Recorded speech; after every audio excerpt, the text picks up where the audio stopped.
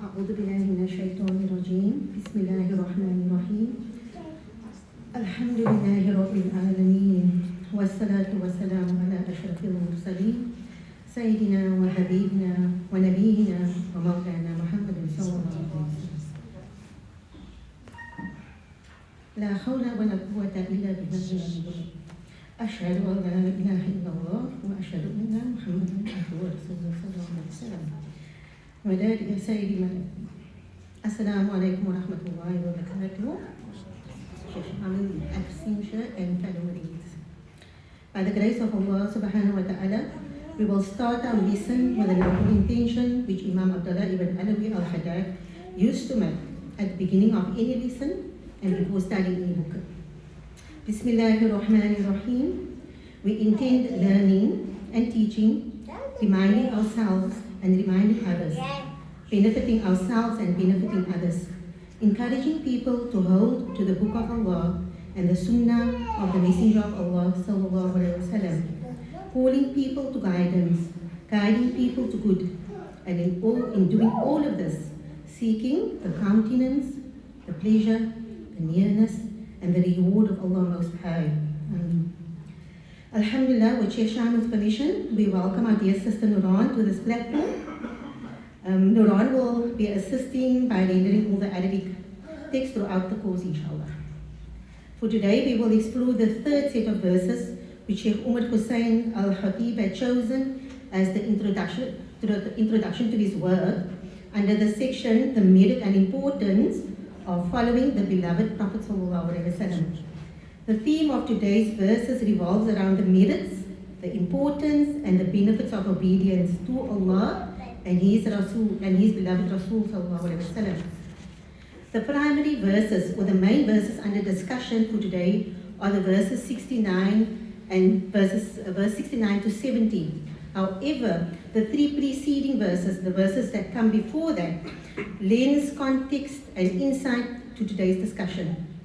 So, especially with regards to obedience to Allah subhanahu wa ta'ala and its benefit in our lives.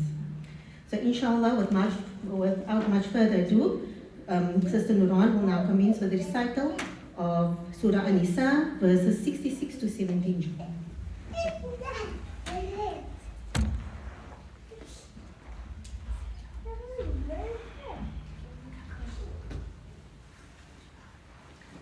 أعوذ بالله من الشيطان الرجيم بسم الله الرحمن الرحيم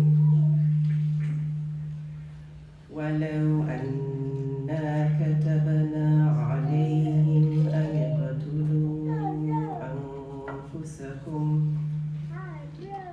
اقتلوا أنفسكم أو اخرجوا من دياركم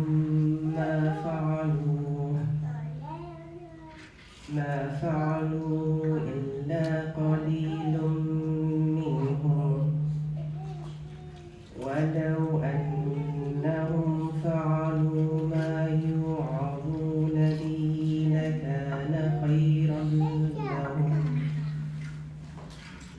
لكان خيرا لهم وأشد تثبيتا وإذا لآتيناهم من لدنا أجرا عظيما ولهديناهم صراطا مستقيما ومن يطع الله والرسول فأولئك مع الذين أنعم الله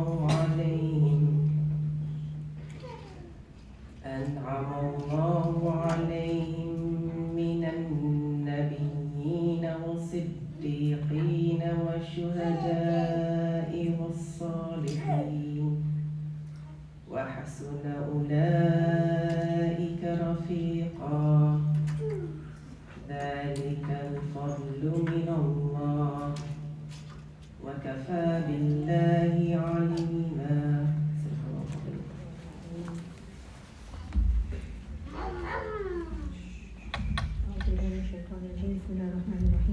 Allah subhanahu wa ta'ala says in the Holy Quran, and these are the translation of the verses that was read, if we had ordered them to sacrifice their lives or to leave their homes, very few of them would have done it. But if they had done what they were actually told, it would have been best for them and would have gone furthest to strengthen their faith. And we should then have given them from our presence a great reward. And we should have shown them the straight way. And whoever obeys Allah and the Messenger, then they will be in the company of those on whom Allah has bestowed His grace, of the prophets, the Anbiya, the true believers, the Siddiqeen, the martyrs, the Shuhada, and the righteous, the Salihin, and how excellent these companions are. These first three verses are primarily addressed to the hypocrites. However, it does have a general application to all of us, in all of our lives. In the commentary, the Mufassir draws our attention to the benefits one may derive through obedience to Allah, the Most High. So those highest in faith, they willingly sacrifice their lives, they willingly sacrifice their homes, and they willingly sacrifice all their dearest in the cause of Allah subhanahu wa ta'ala. And the Mufassir explains further that those whose faith is not so strong, they are at least expected to do what a loyal member of any society does. That is to submit his doubts and his disputes to the head of the state or the head of society or whoever is in charge of it. So, and they happily accept the decision and they submit to it. But the Mufassir says, on the other hand, in contrast, the hypocrites, they don't do that. They don't even do that. So there is a contrast between the hypocrites and the believers.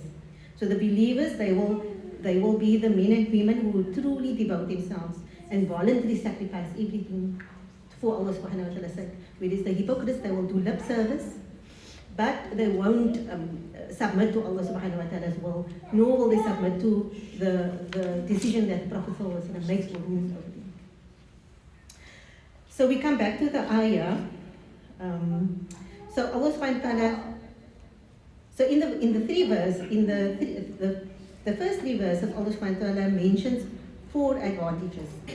And Allah subhanahu wa ta'ala mentions it in the order in which they will appeal to the beginner in faith. So how it will appeal to us in a way. So Allah subhanahu wa ta'ala starts with His own benefit. So the first benefit is for ourselves.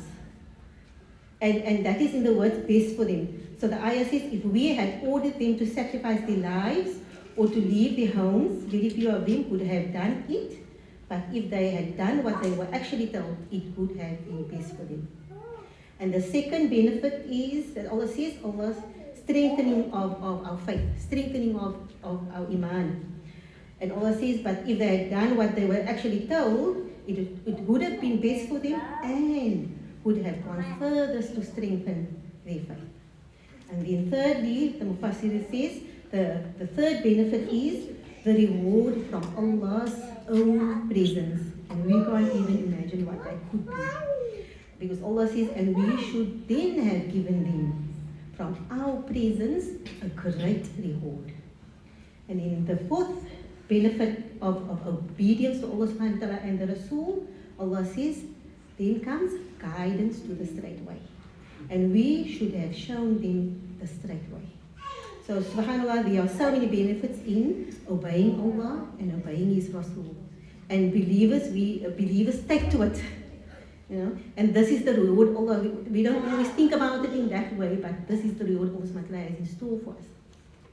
Then Allah subhanahu wa ta'ala continues the verse, and this is the honorable verse, and Allah says, and whoever, and this is directed to the believers, and Allah says, and whoever obeys Allah and the Messenger, then they will be in the company of those on whom Allah has bestowed His grace, of the Prophet's companions are.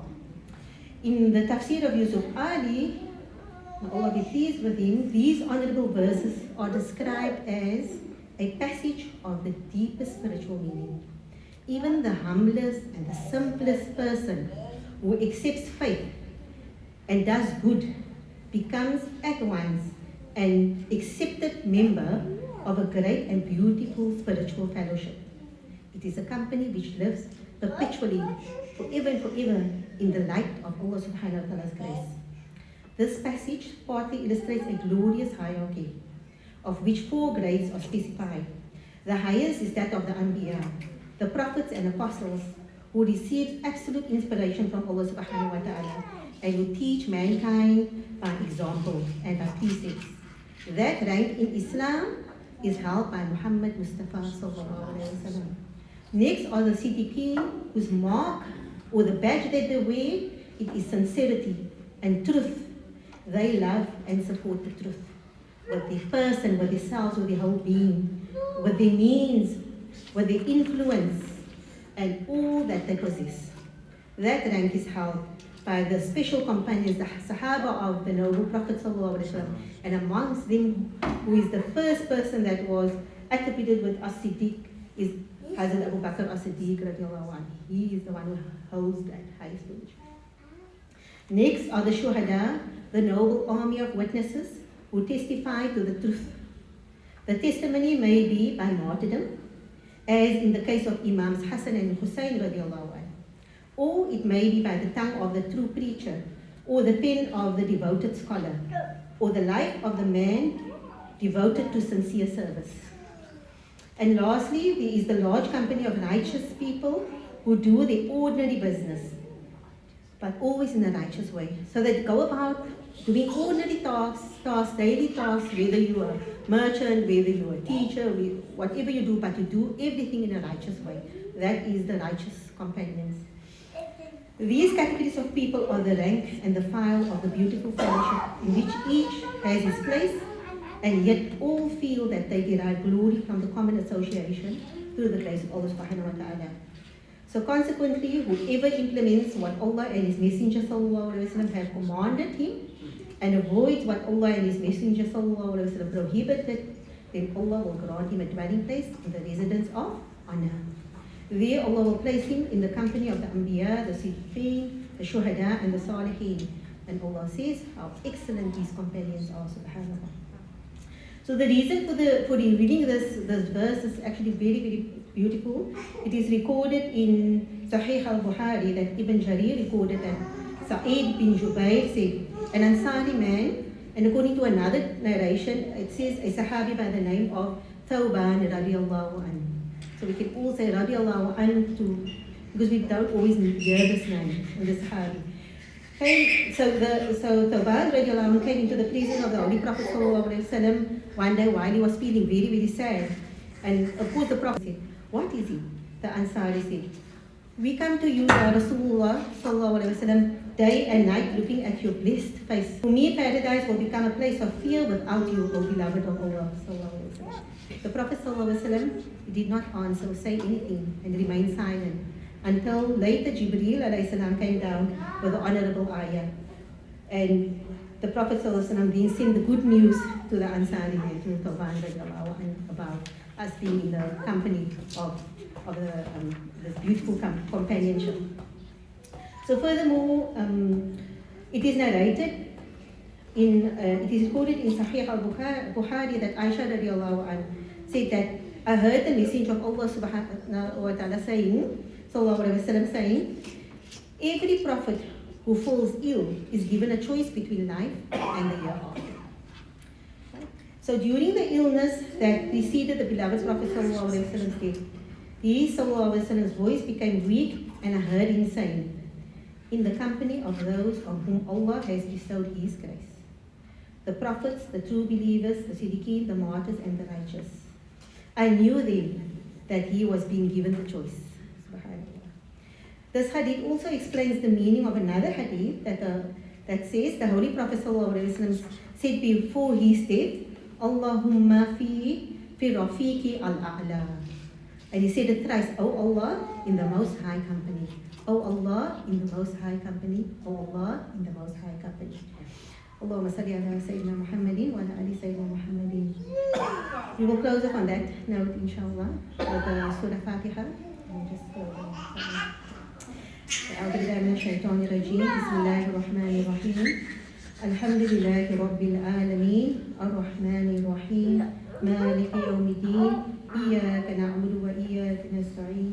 اهدنا الصراط المستقيم صراط الذين أنعمت عليهم those who are not able nor those who have gone astray.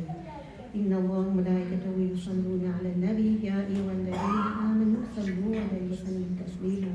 اللهم صل على سيدنا محمد وعلى آل سيدنا محمد وصحبه وسلم. دعواهم فيها سبحانك اللهم وتحيتهم فيها سلام والآخر دعواهم. وعليكم السلام ورحمة الله.